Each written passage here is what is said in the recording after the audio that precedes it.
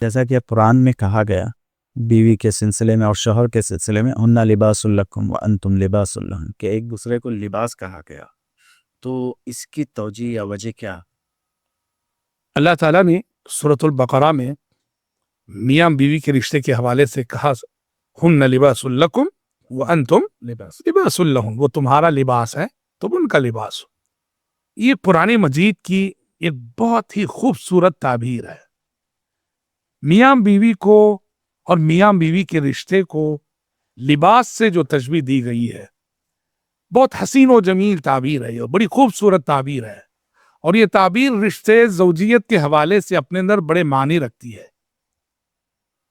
لباس زندگی کی ایک بنیادی ضرورت ہے نا، زندگی کی بنیادی ضرورت۔ تو مرد کے لیے عورت ایک بنیادی ضرورت، اور عورت کے لیے مرد بنیادی ضرورت۔ اسی طرح سے میاں بیوی کو ایک دوسرے کا جو لباس قرار دیا گیا ہے نا، اس میں ازدواجی تعلقات کی طرف بھی اشارہ ہے۔ لباس انسان کو ڈھانپتا ہے، ازدواجی تعلقات کی طرف بھی اشارہ ہے۔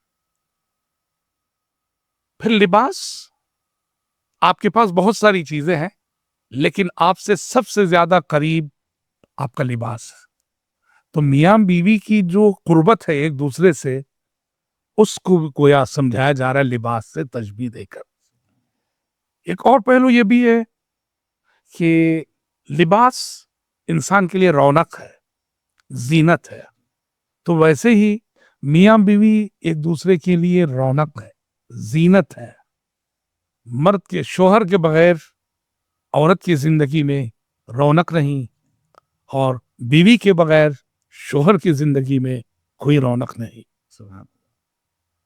اسی طرح سے اللہ نے جو لباس سے تشبیہ دی ہے، اس میں یہ معنی بھی ہیں۔ لباس کیا کرتا ہے؟ لباس، جب ہم لباس پہن لیتے ہیں تو جسم کے ہمارے سارے عیبوں کو چھپا دیتا ہے، ڈھانپ دیتا ہے۔ اس میں اشارہ ہے کہ میاں بیوی دونوں ایک دوسرے کے رازدار بنے، بیوی شوہر کے عیبوں پہ پردہ ڈالے، شوہر بیوی کے عیبوں پہ پردہ ڈالے، میاں بیوی دونوں ایک دوسرے کے رازدار بنے۔ اور اس میں ایک پہلو یہ بھی ہے شیخ عظمت کہ جب لباس سے تشبیہ دی گئی ہے میاں بیوی کو، تو اس میں اشارہ ہے رشتوں کے انتخاب کی طرف۔ رشتوں کا انتخاب کیا کرو۔ آپ کوئی بھی لباس اٹھا کے نہیں پہن لیتے، کیا کرتے ہیں؟ آپ چنتے ہیں آپ کی اپنی جسامت کے اعتبار سے، آپ کے سائز کے مطابق جو سیٹ ہوتا ہے وہی لباس پہنتے ہیں نا۔ ویسے ہی رشتوں میں سلیکشن کیا کرو، مناسب لڑکے کے لیے مناسب لڑکی کا انتخاب، اور مناسب لڑکی کے لیے مناسب لڑکے کا انتخاب۔ تو دیکھیے کتنی خوبصورت تعبیر ہے۔ ایک لفظ لباس سے رب العزت نے رشتے زوجیت کی کتنی بڑی حقیقتوں کو اس ایک لفظ کے ذریعے سے اللہ تبارک و تعالیٰ نے بیان کر دیا۔ سبحان اللہ۔